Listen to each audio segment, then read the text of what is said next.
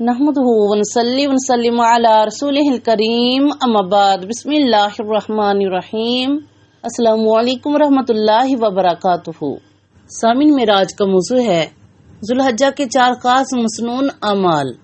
سامعین، ذوالحجہ کی ابتدائی 10 دن جنہیں ایام العشر کہا گیا ہے، یہ بڑی فضیلت کے حامل ہیں اور ان ایام کی عبادات اور اعمال اللہ تعالیٰ کو بڑے محبوب ہیں۔ سامعین، قرآن کریم کی سورہ فجر کی ابتدائی آیات میں اللہ تعالیٰ نے چند چیزوں کی قسم کھائی ہے۔ ان چیزوں میں سے ایک یہ ہے کہ وَلَيَالٍ عَشْرٍ کہ قسم ہے 10 راتوں کی۔ اور سامعین، 10 راتوں کی قسم اٹھانے کا معنی یہ ہے کہ یہ بڑی اہم راتیں ہیں۔ سبحان اللہ، بے شک۔ قسم سے بخاری شریف کی حدیث مبارکہ میں ہے، حضرت ابن عباس رضی اللہ تعالیٰ عنہ فرماتے ہیں کہ نبی کریم علیہ الصلوۃ والسلام نے ارشاد فرمایا، اللہ تعالیٰ کے نزدیک ان اعمال سے بہتر کوئی اعمال نہیں جو ان 10 دنوں میں کیے جائیں۔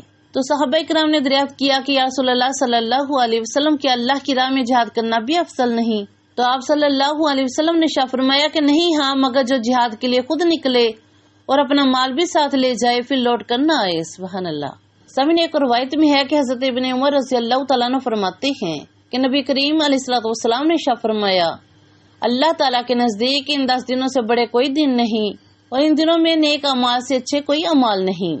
بس لا الہ الا اللہ، اللہ اکبر اور الحمدللہ کثرت سے پڑھو۔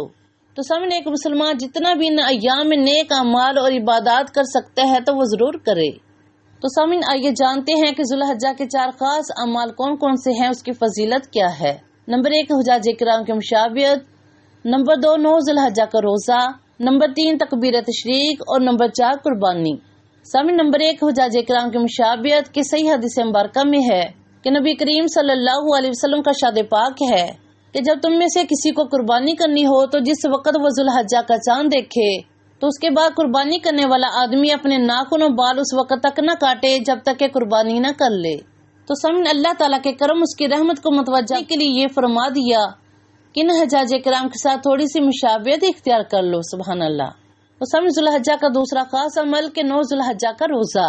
کہ سامعین، ماہ ذوالحجہ کے ابتدائی ایام اتنی فضیلت والے ہیں کہ ان ایام میں ایک روزہ ثواب کے اعتبار سے 1 سال کے روزوں کے برابر ہے اور ایک رات کی عبادت شب قدر کی عبادت کے برابر ہے۔ سبحان اللہ۔ اور سامعین، 9 ذوالحجہ کا دن عرفہ کا دن ہے کہ صحیح حدیث مبارکہ میں ہے کہ نبی کریم علیہ الصلوۃ والسلام نے ارشاد فرمایا کہ عرفہ کے دن جو شخص روزہ رکھے تو مجھے اللہ تبارک و تعالیٰ کی ذات سے یہ امید ہے کہ اس کے 1 سال پہلے اور 1 سال بعد کے گناہوں کا کفارہ ہو جائے گا۔ سبحان اللہ۔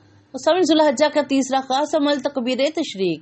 کہ سامعین، ان ایام میں تیسرا عمل تکبیر تشریق ہے جو عرفہ کے دن یعنی کہ 9 ذوالحجہ کی نماز فجر سے شروع ہو کر 13 تاریخ کی نماز عصر تک جاری رہتی ہے۔ سامعین، یہ تکبیر ہر فرض نماز کے بعد ایک مرتبہ پڑھنا واجب قرار دیا گیا ہے کہ مردوں کے لیے اسے بلند آواز سے پڑھنا واجب ہے اور آہستہ آواز سے پڑھنا خلاف سنت ہے، اور تکبیر تشریق خواتین پر بھی آہستہ آواز سے پڑھنا واجب ہے۔ سامعین، ذوالحجہ کا چوتھا خاص عمل ہے قربانی۔ کہ ان ایام کا چوتھا سب سے افضل عمل جو کہ اللہ تعالیٰ نے مقرر فرمایا ہے وہ قربانی کا عمل ہے، جو کہ صرف ذوالحجہ کی 10، 11، 12 تاریخوں میں ہی انجام دیا جا سکتا ہے۔ اور سامعین، ان کے علاوہ دوسرے اوقات میں آدمی چاہے کتنے جانور ذبح کر لے لیکن قربانی نہیں ہو سکتی۔